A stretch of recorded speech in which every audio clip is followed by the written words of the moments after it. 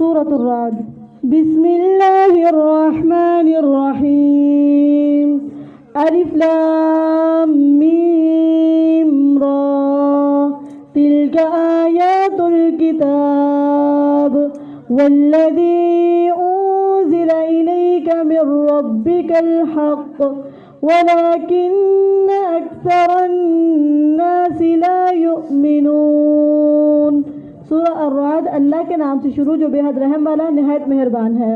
الف لام میم را یہ کامل کتاب کی آیات ہیں اور جو کچھ تیرے رب کی جانب سے نازل کیا گیا ہے وہ حق ہے اور لیکن اکثر لوگ ایمان نہیں لاتے. اللہ وہ ہے جس نے آسمانوں کو بلند کیا بغیر ستونوں کے جنہیں تم دیکھتے ہو، پھر وہ اپنے عرش پر بلند ہوا اور اس نے سورج اور چاند کو مسخر کیا، ہر ایک مقرر وقت کے لیے چل رہا ہے. وہ ہر کام کی تدبیر کرتا ہے اور کھول کھول کر آیات بیان کرتا ہے تاکہ تم اپنے رب کی ملاقات کا یقین کر لو. اور وہی اللہ ہے جس نے زمین کو پھیلایا اور اس میں پہاڑ اور ندیاں بنائیں اور اس میں تمام پھلوں میں سے ایک جوڑا دو قسم کا بنایا. وہ رات کو دن پر اڑا دیتا ہے. بلا شبہ اس میں ان لوگوں کے لیے یقیناً بہت سی نشانیاں ہیں جو غور و فکر کرتے ہیں. اور زمین میں ایک دوسرے سے ملے ہوئے مختلف ٹکڑے ہیں اور انگوروں کے باغ اور کھیتی اور کھجور کے درخت کئی تنوں والے اور ایک تنے والے ہیں جنہیں ایک ہی پانی سے سیراب کیا جاتا ہے. ایک پانی ہے اور ورائٹی مختلف ہے. وہی پانی انگور پر اور وہی پانی کھجور پر پڑتا ہے، لیکن انگور کا ذائقہ اور کھجور کا ذائقہ ایک پانی سے اللہ اتنی زیادہ ورائٹی پیدا کرتا ہے.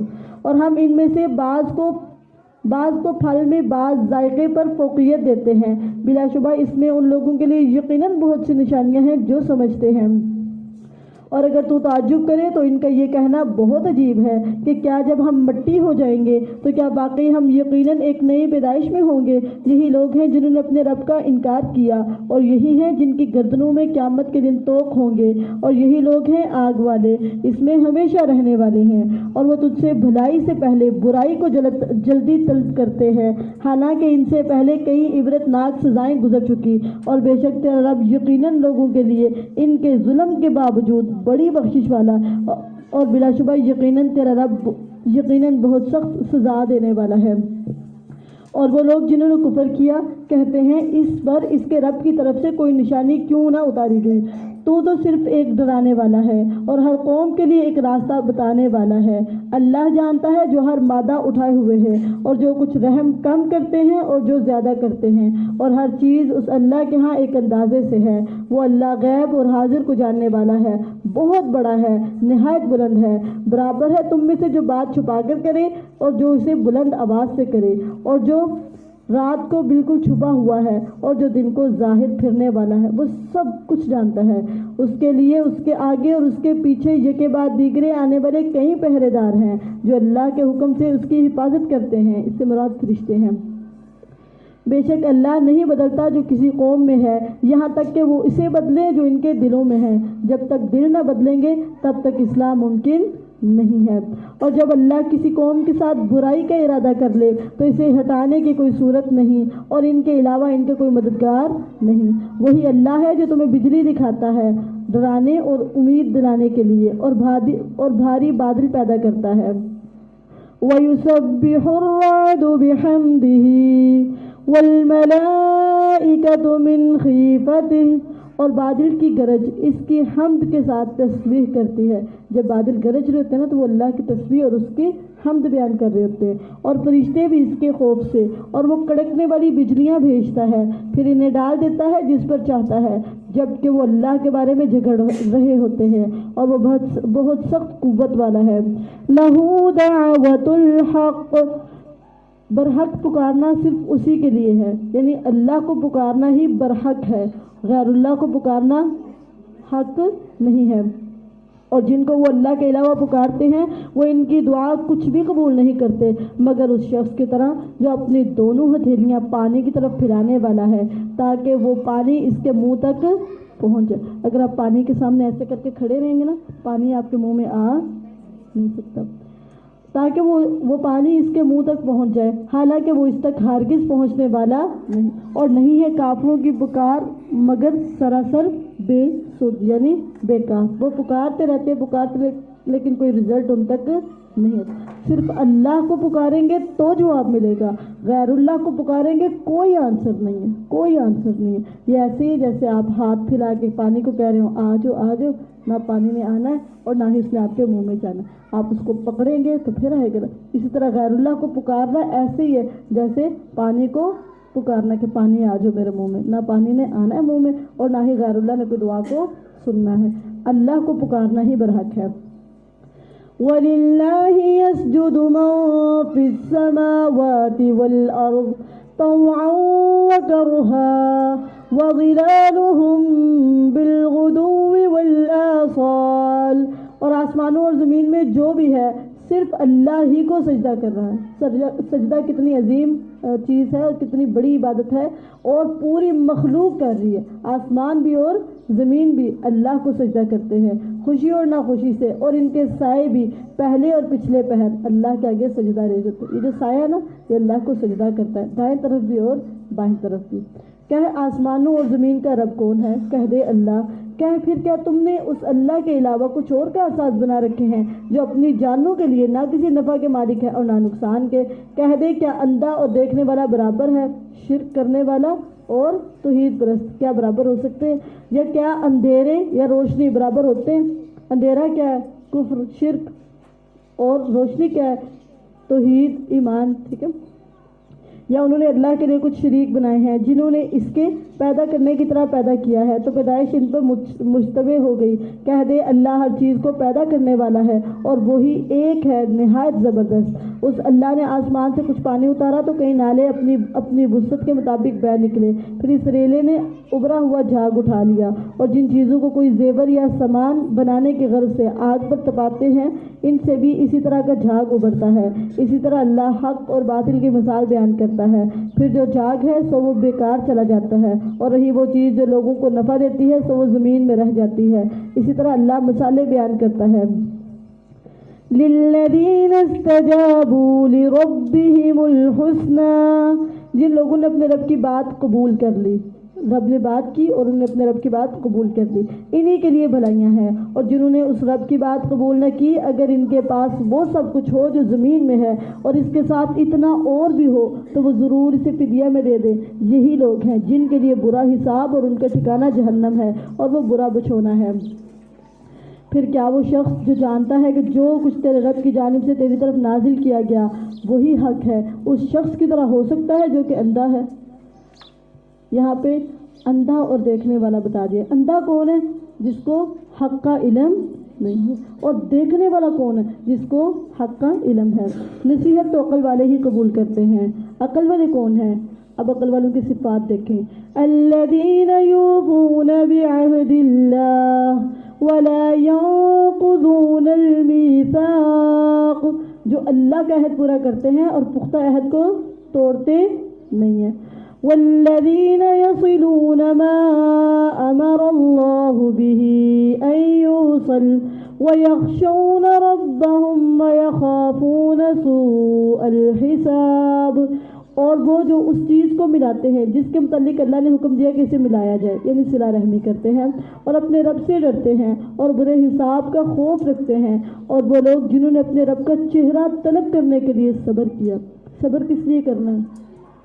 اللہ کا چہرہ مل جائے, اللہ کی رضا مل جائے, اللہ کی خوشنودی مل جائے, اس لیے صبر کرنا ہے. اور نماز قائم کی, اور ہم نے انہیں جو کچھ دیا ہے اس میں سے پوشیدہ بھی خرچ کرتے ہیں اور چھپا کے بھی اللہ کے لیے دیتے ہیں, اور سب کے سامنے بھی اللہ کے لیے دیتے ہیں. اور برائی کو نیکی کے ساتھ ہٹاتے ہیں.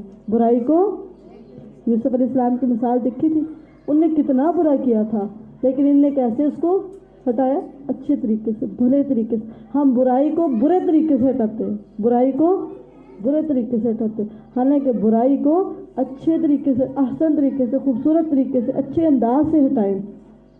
یہی لوگ ہیں جن کے لیے اس گھر کا انجام اچھا ہے، ہمیشگی کے باغات ہیں جن میں وہ داخل ہوں گے، اور ان کے باپ داداؤں اور ان کی بیویوں اور ان کی اولادوں میں سے جو نیک ہوئے، اور فرشتے ہر دروازے میں سے ان پر داخل ہوں گے، اور پتہ کیا کہیں گے؟ سلام علیکم، سلام علیکم بما صبرتم فنعم عقبی الدار۔ فرشتے کہیں گے سلام ہو تم پر، کیوں؟ اس کے بدلے میں جو تم نے صبر کیا۔ صبر کا بدلہ کیا ہے؟ جنت، اور جو صبر کرے گا اس کو فرشتے سلوٹ پیش کریں گے، سلام پیش کریں گے، سو اچھا ہے اس گھر کا انجام۔ اور وہ لوگ جو اللہ کے عہد کو اسے پختہ کرنے کے بعد توڑ دیتے ہیں اور قطع تعلقی کرتے ہیں اور زمین میں فساد کرتے ہیں، یہی لوگ ہیں جن کے لیے لعنت ہے اور انہی کے لیے اس گھر کی خرابی ہے۔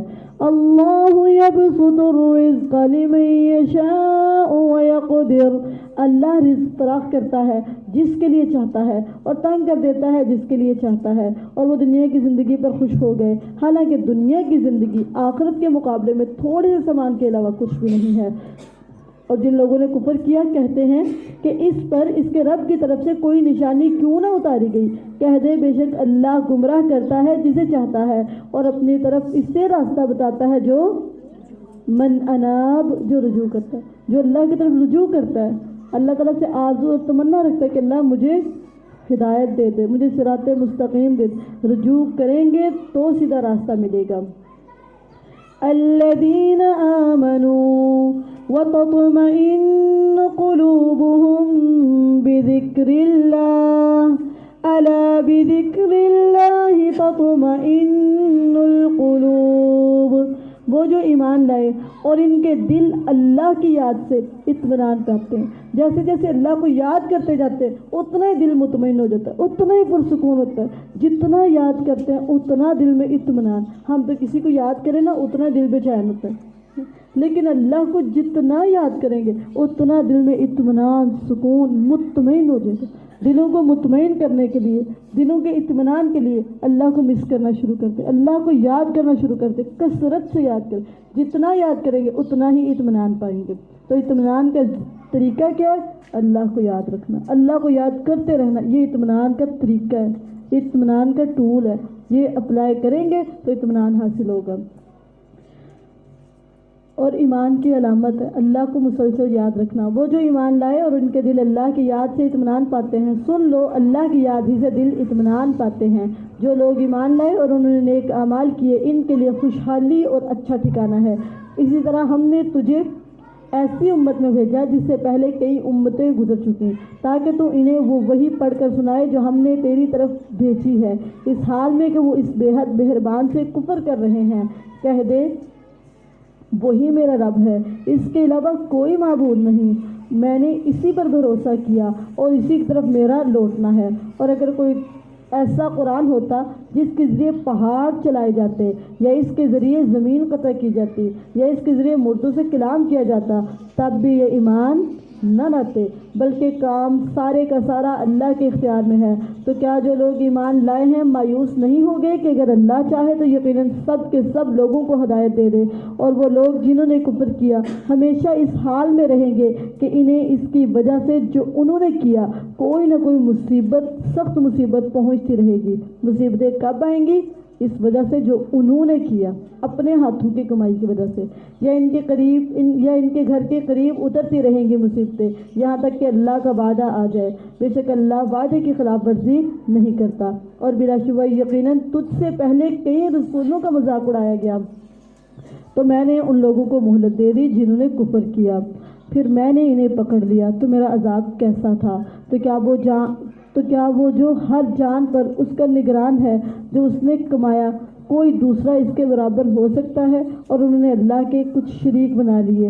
کہہ دے ان کے نام لو، یا کیا تم اسے اس چیز کی خبر دیتے ہو جسے وہ زمین میں نہیں جانتا، یا ظاہری بات سے کہہ رہے ہو؟ بلکہ ان لوگوں کے لیے جنہوں نے کفر کیا ان کا مکر خوشنما بنا دیا گیا اور وہ سیدھے راستے سے روک دیے گئے، اور جسے اللہ گمراہ کر دے پھر اسے کوئی ہدایت دینے والا نہیں ہے۔ ان کے لیے ایک عذاب دنیا کی زندگی میں ہے اور یقیناً آخرت کا عذاب زیادہ سخت ہے، اور انہیں اللہ سے کوئی بھی بچانے والا مثل الجنة التي وعد المتقون تجري من تحتها الأنهار أكلها دائم وظلها تلك عقبى الذين اتقوا وعقبى الكافرين النار.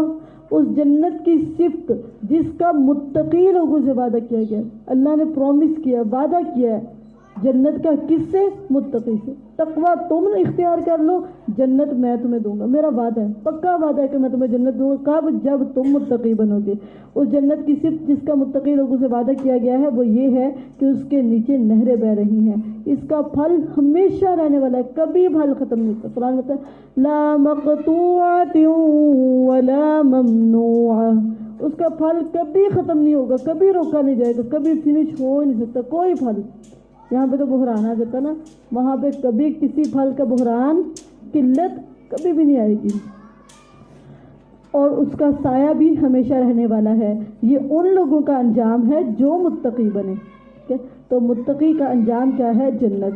اور کافروں کا انجام تو آگ ہے. اور وہ لوگ جنہیں ہم نے کتاب دی وہ اس پر خوش ہوتے ہیں جو تیری طرف اتارا گیا. اور کچھ گروہ وہ ہیں جو اس کے بعض حصے کا انکار کرتے ہیں. کہہ دے مجھے تو یہی حکم دیا گیا ہے کہ میں صرف اللہ کی عبادت کروں اور اس کے ساتھ کسی کو بھی شریک نہ بناؤں. میں اسی کی طرف دعوت دیتا ہوں اور اسی اللہ کی طرف میرا لوٹنا ہے. اور اسی طرح ہم نے اسے عربی قرآن بنا کر اتارا ہے. اور یقیناً اگر تو نے ان کی خواہشات کی پیروی کی اس کے بعد کہ جو تیرے پاس علم آ چکا تو اللہ کے مقابلے میں نہ تیرا کوئی دوست ہوگا اور نہ کوئی بچانے والا. علم کے بعد خواہشات کی پیروی پکڑ کا سبب ہے. اور اللہ جب پکڑیں گے تو پھر کوئی چھڑا. جب علم آ گیا نا اب پھر کسی کی نہیں ماننی، حتیٰ کہ اپنی خواہش ہے اس کو بھی علم کے زیر کریں. علم کو اوپر رکھے، خواہشات کی پیروی نہیں کرنی، صرف علم کی پیروی کرنی ہے. اور بلا شبہ یقیناً ہم نے کئی رسول تجھ سے پہلے بھیجے اور ان کے لیے بیویاں اور بچے بنائے. اور کسی رسول کے لیے ممکن نہ تھا کہ وہ کوئی نشانی لے آتا مگر اللہ کی اذن سے. انبیاء اللہ کی اذن کے بغیر کوئی نشانی، کوئی کام کر نہیں سکتے. ہر وقت کے لیے ایک کتاب ہے. اللہ مٹا دیتا ہے جو چاہتا ہے اور ثابت رکھتا ہے جو چاہتا ہے. اور اسی اللہ کے پاس اصل کتاب ہے. اور اگر کبھی ہم واقعی تجھے اس کا کچھ حصہ دکھا دیں جس کا ہم ان سے وعدہ کرتے ہیں یا واقعی تجھے اٹھا لیں تو تیرے ذمے تو صرف پہنچا دینا ہے اور ہمارے ذمے ہے حساب لینا. اور کیا انہوں نے نہیں دیکھا کہ ہم زمین کی طرف آتے ہیں، اسے اس کے کناروں سے کم کرتے آتے ہیں اور اللہ فیصلہ فرماتا ہے، اس کے فیصلے پر کوئی نظری ثانی کرنے والا نہیں اور وہ اللہ جلد حساب لینے والا ہے. اور بلا شبہ ان لوگوں نے تدبیریں کی جو ان سے پہلے تھے. سو اصل تدبیر تو سب اللہ ہی کی ہے. وہ جانتا ہے جو کچھ ہر شخص کر رہا ہے. اور عنقریب کفار جان لیں گے کہ اس گھر کا انجام کس کے لیے اچھا ہے. اور وہ لوگ جنہوں نے کفر کیا کہتے ہیں تو کسی طرح بھی رسول نہیں ہے. آپ ان سے کہہ دیجئے میرے درمیان اور تمہارے درمیان اللہ گواہ کافی ہے اور وہ شخص بھی گواہ کافی ہے جس کے پاس کتاب کا علم ہے. تو الحمدللہ اللہ کی توفیق اور اس کے رحمت کے ساتھ ہماری سورہ الرعد مکمل ہو گئی. الحمد